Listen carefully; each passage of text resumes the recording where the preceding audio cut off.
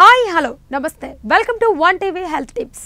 గులాబీలు ప్రపంచంలోని పురాతన పువ్వులలో ఒకటి మరియు శతాబ్దాలుగా సాహిత్యం, సంగీతం మరియు కళలలో ప్రస్తావించబడ్డాయి. అవి దీర్ఘకాలం ఉండే మొక్కలు. ఇవి అందానికే కాకుండా అనేక ఆరోగ్య ప్రయోజనాలను కూడా అందిస్తాయి. గులాబీలను తరచుగా వంటగదిలో, ముఖ్యంగా మధ్యప్రాచ్యం, భారతీయ మరియు చైనీస్ వంటకాలలో ఉపయోగిస్తారు.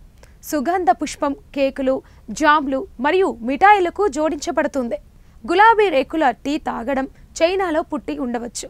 రోజ్ టీ అనేది సాంప్రదాయ చైనీస్ మెడిసిన్లో ముఖ్యమైన భాగం. ఇక్కడ అది క్వీన్ లేదా లైఫ్ ఎనర్జీని నియంత్రించడానికి ఉపయోగించబడుతుంది. గులాబీ రేకుల టీ తాగడం వలన నివారించబడి కొన్ని అనారోగ్యాలు ఇక్కడ ఉన్నాయి. కడుపు మరియు జీర్ణ సమస్యలు, అలసట మరియు నిద్రను మెరుగుపరుస్తుంది. చిరాకు మరియు మూడ్ స్వింగ్స్, ఋతుక్రమణ సమయంలో వచ్చే కడుపు నొప్పి మరియు మోనోపాస్ లక్షణాలు తగ్గించడం.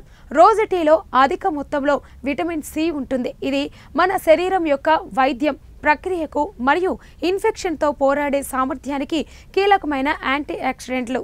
రోజ్ టీ దగ్గు మరియు ముక్కు రద్దీ, ఫ్లూ వంటి లక్షణాలను కూడా తగ్గించడానికి ఒక అధ్యయనంగా కనుగొనింది. ఇది ఒత్తిడిని తగ్గించడానికి మరియు నిద్ర విధానాలను మరియు సిరాస్కిడియన్ రద్దీను నియంత్రిస్తుంది. ఇది మీకు మంచి నిద్రను ఇస్తుంది. ఆధునిక అధ్యయనాలు ఈ వాదనలకు మద్దతుగా కొన్ని శాస్త్రీయ ఆధారాలను అందించాయి.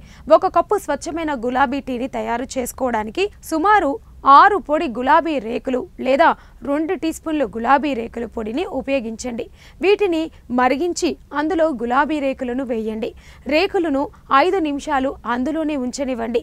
వడకట్టి స్వచ్ఛమైన తేనెతో సర్వ్ చేయండి. మామూలుగా గులాబీలను వేస్తే అది స్ట్రాంగ్గా ఉంటుంది. ఎండబెట్టిన గులాబీ రేకులు తక్కువ వాసనతో ఎక్కువ ఆరోగ్య ప్రయోజనాలను కలిగి ఉంటాయి. గులాబీ రేకులను ఉపయోగించే ముందు కెమికల్ చల్లని గులాబీలు తీసుకోవడం మంచిది. ఇవి ఈనాటి హెల్త్ టిప్స్. మరో హెల్త్ టిప్స్లో మళ్ళీ కలుద్దాం.